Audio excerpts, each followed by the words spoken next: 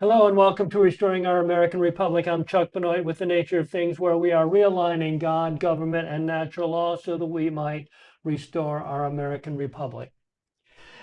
I recently saw Victor Davis Hanson reel with his view on President Donald J. Trump. He did a masterful job breaking down who President Trump is from a personality perspective. He notes that the Donald has been successful in business, TV, and as a book author, and now as president. Hansen notes that President Trump is extremely extroverted, meaning he's both assertive and enthusiastic. And our president has a very open personality, which is able to change, grow, and transform. And this, over decades, is something very useful and extraordinary. Pointing to this no kings fantasy, Hansen also notes that our president is viciously funny and that dictatorial types are not noted for their sense of humor, especially not noted for self deprecating humor, which President Trump seems to be quite fond of. Our president interacts with real people, he says. He's not polite, but knows how to behave. Deep in his heart, he cares for people. And Hansen suggests that the gruffness in President Trump is a possible shield for his kinder side, his tender heart. In conclusion, no thinking person could call President Trump a king, but then who on the left has recently even had a cogent thought? What makes President Trump the powerhouse that he is, what resonates with so many people, is that he governs as a Republican. I mean, a principled Republican. He governs for the people, not for personal gain or special interests. What he is doing is for we, the people. Thank you, President Trump. With that, please welcome my co-host, Mike Levine. Good morning, Mike. Good morning, Chuck. It's great to be with you on this beautiful Friday morning in Central Florida. Well, great. Well, you are the guest this morning. We're going to be talking about your strategic plan for the Republican Liberty Caucus, what you feel needs to happen to move that organization to the next level. Um, and you start out with the Republican Liberty Caucus of Florida political committees, and you feel that we need to establish a political committee for the state organization. Why don't you expound on that, Mike? Sure, Chuck. You know, it's interesting when you talk to people who are familiar with the Republican Liberty Caucus and its long, storied um, history and its reputation for being the conscience of the Republican Party and the true grassroots conservative mindset of the party. They're really surprised. People are surprised that the Republican Liberty Caucus of Florida over this time has not had its own political committee. And the reason is because the chairman for 10 years, who's a great guy who I love and respect, Bob White, controlled all that through the Brevard chapter. So, Bob has decided that it's time to pass the reins over to a new chairman and, of course, elected an executive board. And at this point in time, the Republican Liberty Caucus is in the process of choosing a new chairman. So when I'm running to be the chair, and I believe that it's in the best interest of everyone involved, grassroots conservatives around the state of Florida, who are the first concern of the Republican Liberty Caucus of Florida, that we need to do things a little bit differently than they've been done in the past. So, with no discredit to Bob White, I love Bob White. He's an amazing guy. He's done a great job for the Republican Liberty Caucus. But when I learned that the Republican Liberty Caucus of Florida didn't control their political committee, I was surprised. And most people are surprised to learn that. So, with Bob no longer at the helm, I think it's really important that the Republican Liberty Caucus of Florida, the state organization, has its own political committee, Chuck. Yeah, well, that seems logical to me, that's for sure, because uh, without cash, without real funds, it's really, really hard to do anything in the political realm. You have several points I think we probably should touch base on. So let's move along to statewide live stream Okay, platform. but What's before your we do, point? Chuck, I just want to make one more comment about the political Sure, committee. sure, go ahead. And that is if the state executive board does not control their own political committee, then anyway, then we're not in control of how the money that we raise is spent. Let me just say it like that. There you Okay. go. Thanks, Chuck. There you go. So moving on, you feel like there should be a statewide live stream platform for the RLC statewide. Talk about that. Sure, I agree 100%. And of course, you're you are very involved in what we're doing here on this live stream. And I think you're seeing that as we get influential people, influencers from across the state of Florida to come onto our live stream, we're getting quite a bit of attention from people who make a difference, and that's what we need to do. So as we have gone through many years, Chuck, of grassroots activism attempting to restore our American republic, including the great state of Florida, to our constitutional Judeo-Christian values, I think most grassroots activists feel like we've been beating our head against the wall for quite a while. And when I chose, after my failed Florida House campaign in the primary of 2024, as you know, you watched me go through that whole process, and you watched me go through the transition of no longer being a candidate and dealing with the question, what do we do now? I decided to do a live stream for the purpose of giving grassroots Republicans a voice, which we really don't have based on all that's going on in Republican politics, Chuck. So I think we're already based on the work. And then, of course, you joined me and we rebranded to Restoring Our American Republic. And I believe that we're seeing that this is getting legs.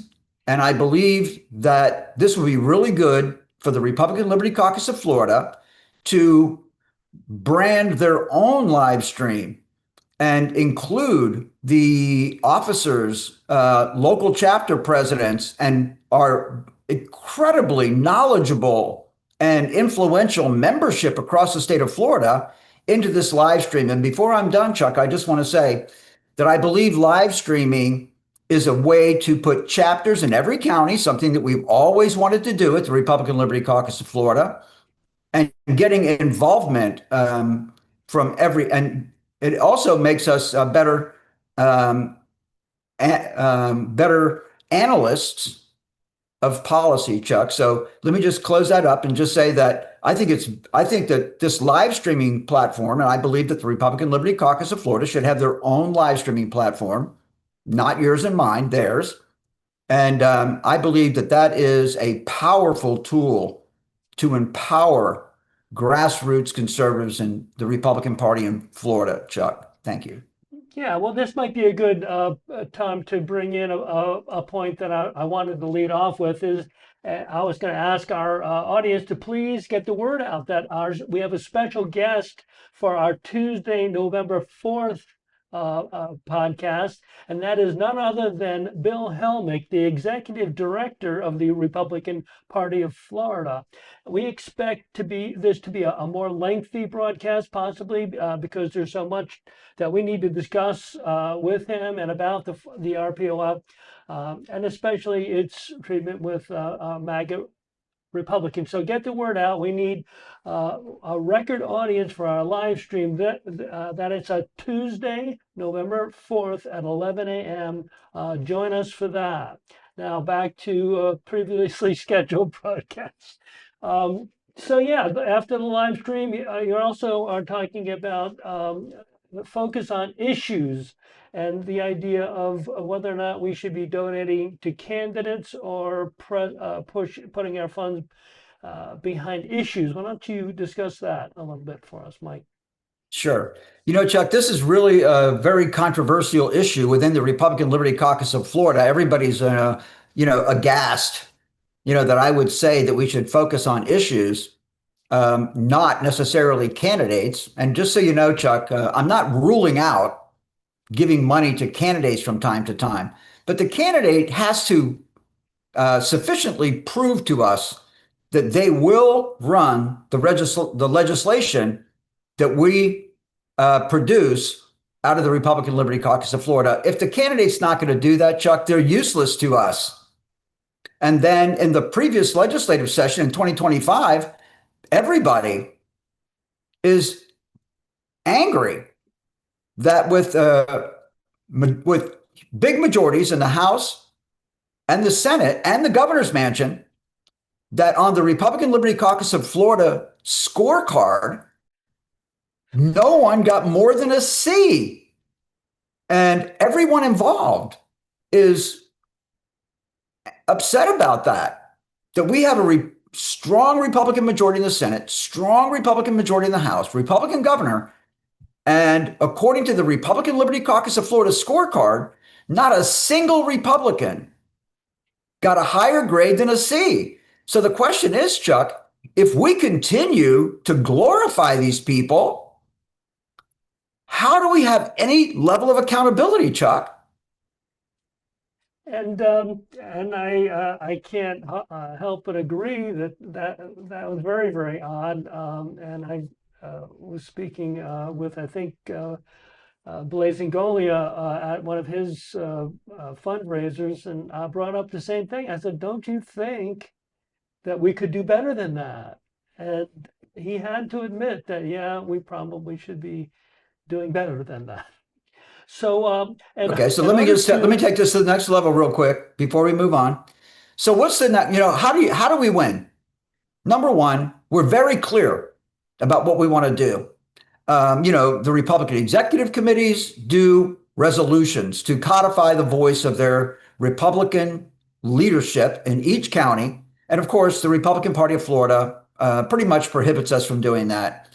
So the next best thing is to advance these resolutions through the grassroots organizations, particularly those, because if you're a Republican club chartered by the Republican Party of Florida, you're also prohibited from passing resolutions on policy. So the only way for grassroots activists to have a voice is to codify their resolutions in grassroots organizations, various different grassroots organizations around the state. So I'm highly recommending that we do that at the Republican Liberty Caucus of Florida. And then, of course, we also have to deal with legislation that's proposed and, by the state reps and the senators, right? And committees and the whole, every way that legislation is brought to the various committees that they have to go through in order to make it to the floor in either the Senate or the House. So my point is that when we have a list of legislative priorities that we want to advance in the legislature, the candidates have to agree. They have to. I recommend we have them sign a pledge with very specifically wordsmithed resolutions or proposed legislation that if they get elected, when they get elected, then they will actually sponsor and run the legislation. And under that circumstance, then we might consider donating to their campaign. But if we can't get candidates to agree that they're going to support our legislative priorities if they get elected, then why would we write them checks, Chuck? yeah. And speaking of checks, we probably might need some cash, and you have some ideas on the RLC fundraising as using a compensation plan. That's interesting. Yeah. So I'll tell you, Chuck, you just announced that Bill Helmick is going to be on our live stream on November 4th. And I would suggest to you that if the Republican Liberty Caucus of Florida just simply raise the amount of money that is Bill Helmick's salary, just one employee of the Republican Party of Florida, not the entire organizational salaries, just Bill, we would be thrilled, right? If you take Evan Powers' salary and we raise just the amount of money that Evan Power gets paid, the Republican Liberty Caucus of Florida would be thrilled. Okay. So my point, the reason I bring that to your attention is because we are beyond outgunned. The establishment has, I would suggest, hundreds of millions of dollars floating between the political committees that are ultimately controlled by the Republican Party of Florida, the Florida House political committee leadership, which is Danny Perez in this case, and the Senate. All of those, and you and I understand, we interviewed Alan Ross from Brevard County, who is looking into, with our chairman emeritus, Bob White, who is working through his program, Come Clean Florida, and he's got support by other organizations around the state to reform campaign finance. But for us, Chuck, I would suggest if you added up all the money that all the Republican grassroots organizations in the state of Florida raise in any election cycle, which I'm defining as 2 years, it would be a molecule in the ocean of the amount of money that is spent against us. And let's be crystal clear, Chuck, the Republican Party of Florida, the Republican House PAC, and the Republican Senate PAC spend money against grassroots conservatives in primaries. Yeah. There is no question about that.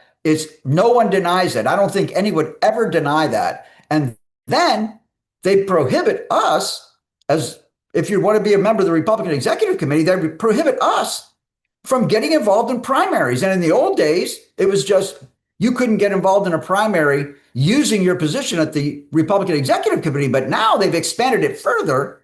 And they said you can't do it personally either. And there are certain organizations in the state of Florida that if you affiliate with those organizations, you're kicked out of the REC. So we have to raise money, Chuck. That's my point. Thank you. There you go. There you go. And then moving on. Help me out, Chuck. Show me what I'm missing, please. I'm fine with what you're saying there, Mr. Levine. Okay. Legislative analysis, legislative analytics. So you are suggesting that members in each county, members of the RLC in each county, follow their legislative delegations' activities, and there's more to that. Why don't you talk about your thoughts on legislative analytics?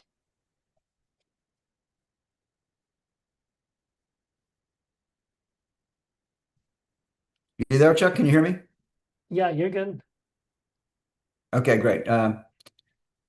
Yes. So my point to the Chuck, look, in a perfect world, and I understand that the strategic plan that I've rolled out for the Republican Liberty Caucus is ambitious. Absolutely. It's ambitious for sure. And I'm saying to you that if I could do anything I wanted to, I would start down in Key West in Monroe County or up in Escambia at the Santa Rosa, whatever the county is that's most westerly in the Panhandle. I would literally go to every single one of those counties and I would recruit a live streamer to join us at the Republican Liberty Caucus of Florida. And we would have, and I'm saying not just one live streamer from every county, but I'd like to have multiple live streamers from every county to make sure that we have continuity. And when people have change of their life, we don't lose a foothold in that county. We want to have multiple streamers coming in. But my point to you is this, that every bill that gets submitted, every bill that gets sponsored in the Florida legislature has to be sponsored on both chambers. We have 40 senators and 120 state reps. So long story short, when we have chapters in every single county, then those county chapters, all they have to do is oversee the activities, including bill sponsorship of their legislative delegation. And we've got every single bill covered in the whole state of Florida that is submitted by a state rep or a senator. And in the past at the Republican Liberty Caucus of Florida, as in most grassroots organizations, the organization establishes a political affairs committee, which is made up of a small number of people that are dealing with, and I think in 2025, there were nearly 2,000 bills filed. So for a small handful of people to fully understand the legislation that's being proposed in each legislative session, keeping committee weeks in mind, then that is impossible. It's not going to happen. That happens, all of that happens so quickly that it's impossible for a small committee of people to fully understand what's coming in the form of proposed legislation. So my point is that when we have chapters in every county that we'll build through our live streaming program, then those small delegations in each county can oversee the legislation that's being proposed by their delegation only. They can analyze it and then come to the Legislative Affairs Committee, who will help to make sure that they have a real, true understanding of what the legislation does. And then the Legislative Affairs Committee would prioritize that information so that when we go to lobby days, and even when we start lobbying in committee weeks, and I also recommend, Chuck, by the way, that we send small delegations on singular issues to the legislature in committee weeks to begin the process, so that when we get to lobby days, the legislators are not surprised to see what we're supporting and what we oppose. So the point is that when we get coverage in all the counties and the counties take care of their own legislative delegation, we have solved. You can't get better coverage on proposed legislation than that, Chuck. There you go. There you go. So, and moving along, you have some administrative structure changes too. One being to establish stable and reliable registered agents for each state and local organization. That's your top line there, but why don't you expand on that? Right. Well, my point is this. When you can see it in the various organizations around the state now that are having changes in leadership, and the transitions are not necessarily smooth. And people are people, Chuck. Yeah. So my point is, now I've gotten quite a bit of pushback about having a registered agent. And I think that the precipice for this pushback is that you have to pay them. Okay, I'm fine. If we have an online storage account, Google Docs, Dropbox, choose one, and a reasonable number of people have access to it, then that's fine for me. But what I'm saying to you is, Chuck, and I've seen it not only in grassroots organizations around the state of Florida, but in the RECs, as the RECs change leadership, that the assets of the organization disappear. And we can't have that. Our institution, the Republican Liberty Caucus of Florida, cannot be set back because someone absconded with the list of property owners who will allow us to put 4x8 signs on their property during election cycles. And that happens, okay? Not to mention all of our logos, graphic design, all that kind of stuff. We cannot recreate. It costs money to recreate that stuff. So we can't lose that between transitions. And of course, that goes into term limits itself, Chuck, and actually looking at how leadership evolves in these organizations. Because I'm saying to you that when these grassroots organizations allow the same leader to stay in place for so long, it jeopardizes a smooth transition of power on which the new leadership team can build on what the organization has done in the past, not start from scratch, Chuck. Well, it makes a lot of sense to me. Moving along, we're, I think, beyond. Before we go, Chuck, let me just make one more quick point about that. Please. That, a lot of people, it's a pretty heavy lift for a lot of people to start a local chapter, let's just say. So what I'm saying to you is when somebody takes the initiative to start a local chapter, the state chapter should be able to give them everything they need: a chart of accounts, how to do your bookkeeping, how to stay in compliance with your 527 rules and regulations, all of that. And we don't do that, Chuck. I mean, when somebody steps up to start a new chapter, in my experience, they're not left totally alone. I'm not trying to say that, that the Republican Liberty Caucus previous leadership team didn't assist local chapters, but there's a lot more we can do to help people get their feet on the ground when they take the ambitious step to start a local chapter, which must be done, Chuck. Thank you. There you go. And what another thing, I guess, regarding funding and other things, you're wanting each of these chapters to hold certain events. Like, for instance, it says every region should be expected to host a fundraiser event at least annually. You want to expand on local chapter events? Well, that's another point, Chuck, that people are really surprised. And I will tell you something. There was quite a bit of concern at the last Republican Liberty Caucus of Florida Executive Board meeting when, because the Brevard chapter of the RLC hosts the annual convention, the biannual convention typically, and the Constitution Day dinner, which is the big fundraiser. And most people believe that the Constitution Day dinner is a statewide event. But in reality, the Brevard Republican Liberty Caucus puts that on by themselves. So in reality, even the state organization does not do their own fundraiser because of the strength of our amazing, great leader, Bob White from Brevard, who is now the chairman of Brevard. Brevard County does the Constitution Day dinner on behalf of the entire state. And then when that came up and we looked at revenue sharing for that event, the Brevard chapter, through the representative, Bob White, told us that they're not sharing revenue. And because we didn't have to, because the Brevard RLC also controlled the political committee. But Bob's gone. I mean, he's not, he's still a local chapter chair, but he's not in the chairmanship role anymore.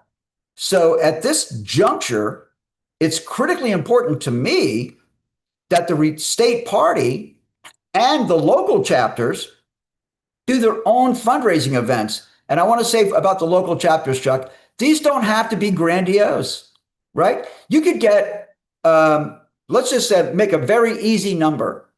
50. You could get 50 people together for a breakfast or a luncheon or a dinner or a barbecue or anything like that and raise some money for your local chapter. It doesn't have to be, the most elite 500 people in the state of Florida showing up for an annual black tie convention, Chuck.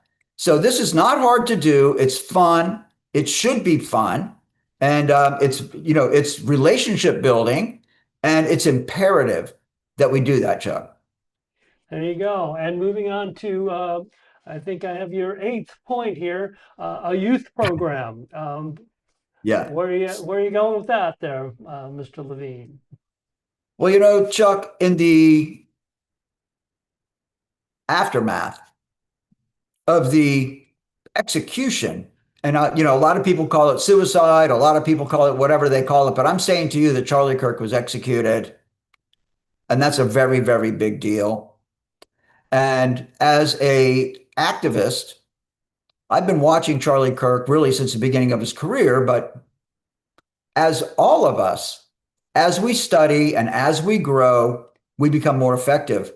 And Charlie is the poster child for personal growth that I've ever seen, really. Okay.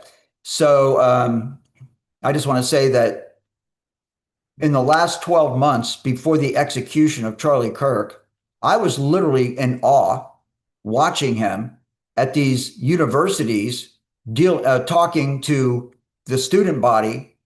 And I'm saying to myself, it's impossible that this kid is not going to be the president of the United States someday. It's impossible. And then I started looking at how did Charlie Kirk become Charlie Kirk? And Charlie Kirk and Erica, I'm sure, would agree that Hillsdale College had a lot to do with it. Charlie, Larry Arntz, is the head guy at Hillsdale College. And in the memorial ceremony of Charlie's death, Larry Arndt said that Charlie Kirk sent him the completion certificates for 31 Hillsdale courses. And he sent it by text or by email. And just to keep Larry Arndt aware that Charlie Kirk was studying his material and that the material from Hillsdale actually played a large role in creating who Charlie Kirk is. So my point is, you can use Hillsdale College and do exactly what Charlie Kirk did. And on this plank of my platform, Chuck, I'm going to say that we should encourage all of our members to take Hillsdale College courses. Point number one. Point number two, we certainly must encourage our youth to take Hillsdale College courses. But if we don't take Hillsdale College courses, how can we possibly, in good conscience, recommend this to our children? Right? Our kids do what we do. They don't necessarily do what we say. So you can actually expand on that if you'd like, and you could include Liberty University and others, right? And partner with these curriculum providers, Chuck, because you and I both know at this stage of our life, we are not going to be carrying this torch for constitutional conservatism and Judeo-Christian values forever. Our kids and at this point in our lives, our grandchildren have to do it, Chuck. So the Republican Liberty Caucus, and this is easy to do and monumentally impactful on the effectiveness of the Republican Liberty Caucus of Florida, we must partner with these curriculum providers because our universities aren't giving it to our kids, our high schools aren't giving it to our kids, and I would suggest that our kids are being groomed in elementary school, Chuck. So it's imperative that if the Republican Liberty Caucus of Florida wants to do anything that's long-lasting impact on protecting our constitutional Judeo-Christian values, teaching these values to our kids is imperative. And Hillsdale College, Liberty University, and others have the curriculum. All we have to do is partner with them, and then we can partner with TPUSA if we chose to, which I'm all for that. Why reinvent the wheel? TPUSA is doing it. So I'm all for that, but let's find the best path for the Republican Liberty Caucus to be as effective as it possibly can be in the area of educating our kids who will carry our message into our communities, Chuck. Thank you. There you go. Moving along, you have some concerns or thoughts on some sort of a leadership program, create programs teaching participants what it takes to be a public official, for instance. Why don't you expand on that? Well, again, as I pointed out earlier, Chuck, when you stand up a chapter in a local county, if you've never done anything like this before, the learning curve is huge. And you're going to make mistakes, and it's going to be way more cumbersome than it has to be in comparison to being mentored by someone who's done it many times. So you can just take even the IRS codes under which these political electioneering corporations are operated have different rules and regulations, different reporting cycles, et cetera. So it's imperative that when we stand up local chapters, we educate our chairs, we hold their hand and walk them through it as they build their chapters. And the next thing that happens, Chuck, is I get a lot of times when I'm out and about, I have teenagers, young people in their early 20s telling me that they want to run for city council. And I'm all for it. These are great kids, but they really, a lot of times, don't have the understanding of the Constitution. They're really not committed to Judeo-Christian values. But even more importantly than that, Chuck, they don't balance their checkbook. So what I'm saying to you is, what I say to them is that if you can't manage the budget of your city, if you don't have any insight into the financial management of an institution like a city, then you shouldn't run. Because again, Chuck, well-intentioned people make really big mistakes. And that's a lot of times how people get sucked into and pulled away from our values because they get involved in things that are over their head. And then the powers, because there is power and influence there, whether we like it or not.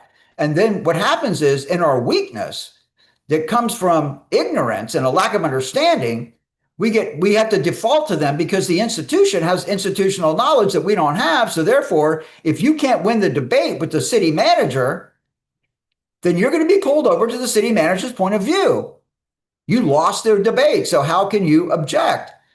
And this is what I'm saying, that the Republican Liberty Caucus of Florida should be talking about that. We should be saying, if you want to run for city council, you want to be a county commissioner, you want to be a state rep or a senator or a governor, whatever, you should have the ability to run the institution that you're asking to participate in, Chuck. And the Republican Liberty Caucus can do a lot to help prepare people for the responsibility that they're asking for. There you go. And then finally, you have some thoughts on public relations. Um, Create, archive, and maintain a media list, for instance. What say you? That's so critical, Chuck. Again, and I've been involved in quite a few of these organizations, and I'm telling you, the Lake County Republican Executive Committee does not have a sufficient media list. And I'm pretty sure the Republican Liberty Caucus of Florida does not have a sufficient media list. So, for example, right now, the Republican Liberty Caucus of Florida is working with a great guy, James Judge. Judge Public Relations is his company name. And he's a phenomenal guy. I love the guy. But the fact of the matter is, if we have a contract with Judge Public Relations Company, and then all of a sudden, at some point in time, we choose not to renew the contract, then just like our political committee, Chuck, we're dead in the water. We're dead in the water. We can't do a simple email blast because we don't have the database. And I just want to add to that conversation, Chuck, that we have to constantly be building our database. And I understand the Republican Liberty Caucus has a database to which we send our newsletter, but there's 22 million people living in the state of Florida, Chuck. And if we have 5,000 people on our database, I would suggest that that is wholly insufficient to impact the market that is the state of Florida, Chuck. There you go. Well, those are your 10 points, and you've done a very good job elaborating. To finish us up, why don't you just give us a final overview of what you would like to do should you be elected the chairman of the Republican Liberty Caucus of Florida? Chuck, end of the day, I want to get results. And I want to make sure that the legislative priorities of the Republican Liberty Caucus are codified into law. That's what we're about. We also want to continue to build the grassroots communities and networks that the Republican Liberty Caucus has done a great job doing over the years. And we want to continue to do that. But what we don't want to do is celebrate failure. And when I say failure, that means that we are talking to legislators all the time. We're introducing our legislative priorities to legislators, and our legislators don't pass our legislation. And anybody who argues that that's not happening, all you have to do is look at our own scorecard for the 2025 legislative session. That is not happening. Leadership controls the legislature. The Speaker of the House and the President of the Senate tell our representatives how to vote on legislative issues. And until we can break the back of that, and we can put people into the legislature that have the negotiating skills to deal with these very powerful people, we are not going to be successful. So in my opinion, Chuck, the Republican Liberty Caucus of Florida needs to take a different approach. Thank you very much for interviewing me. I really appreciate it. And the executive board of the Republican Liberty Caucus of Florida will decide what they want for their future. And if what we want to do is continue to do what we've been doing and getting the results that we've been getting, then I may not be the guy for the job, because I plan to change the Republican Liberty Caucus of Florida dramatically, Chuck. Well, I thank you, Mike Levine, and thank all of you again for tuning in to our twice weekly live stream. Please follow us on Facebook at Restoring Our American Republic, or check us out on YouTube at Restoring Our American Republic -ROAR. Please like and share the program. Remember, if you're unwilling to govern yourself, you will be governed by tyrants. Meanwhile, God bless you. God bless President Donald J. Trump, and God bless America.